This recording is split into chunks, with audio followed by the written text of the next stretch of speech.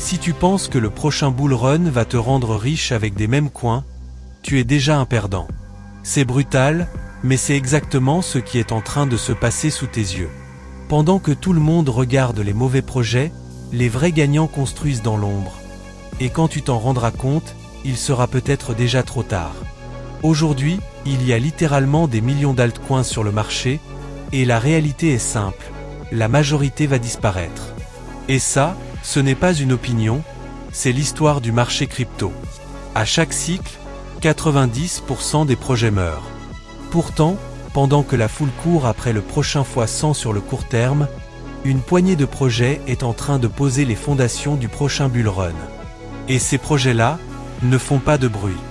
Mais ce sont eux que les institutions utilisent déjà aujourd'hui. Alors pose-toi une question simple.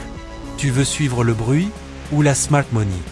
Aujourd'hui, on va voir 3 altcoins que presque personne ne regarde, mais qui pourraient dominer le prochain cycle.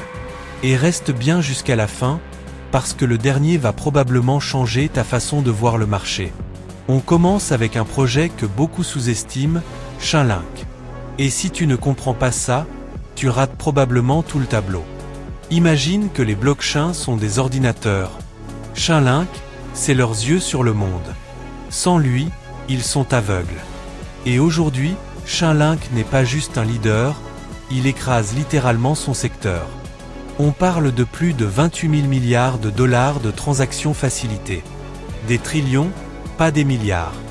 Et ce n'est pas tout, les plus grandes institutions financières du monde comme Swift, Mastercard et Euroclear utilisent déjà son infrastructure. Et là où ça devient vraiment intéressant, c'est que Chainlink est au cœur de la tokenisation. Ce mouvement qui vise à transformer des actifs du monde réel comme les actions, les obligations d'État et l'immobilier en actifs numériques sur blockchain.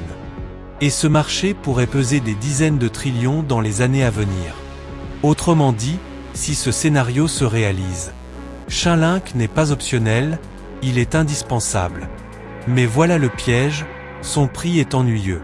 Il ne pump pas, et il ne fait pas rêver.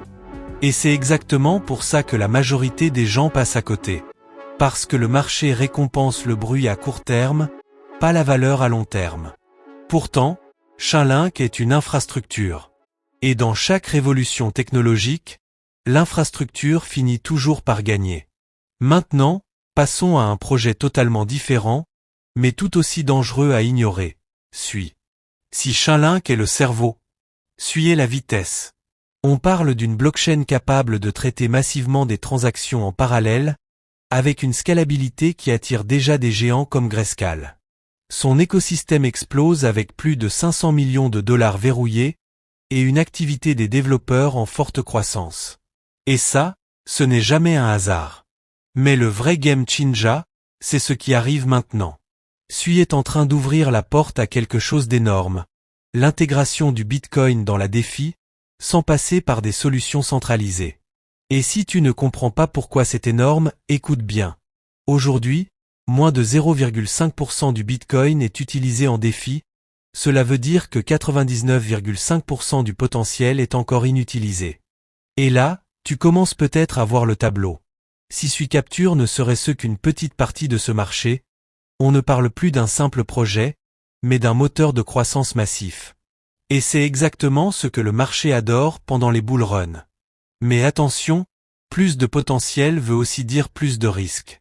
Sui est encore jeune. Il doit prouver qu'il peut tenir sur la durée. Et dans la crypto, la concurrence ne pardonne pas. Maintenant, le troisième projet, et celui-ci joue dans une autre dimension, Hedera. Là, oublie complètement le hype. Hedera ne cherche pas à séduire Twitter, il cherche à séduire les entreprises. Et devine quoi? Ça marche car les géants tels que Google, IBM, Boeing, et même McLaren sont déjà impliqués. Et ça change tout.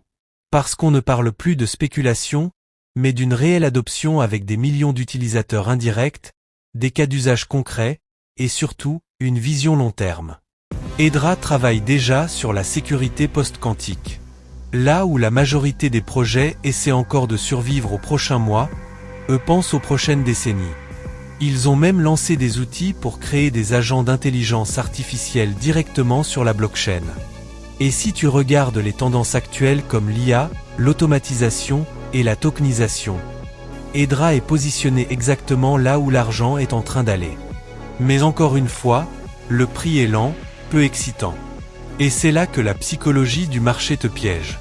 Parce que les investisseurs particuliers veulent de l'action immédiate, alors que les institutions accumulent dans le silence. Et maintenant, prends un instant avec du recul en regardant l'ensemble. Ces 3 projets ne sont pas choisis au hasard. Chainlink, c'est l'infrastructure. Sui, c'est la croissance. Et Hedera, c'est l'adoption institutionnelle.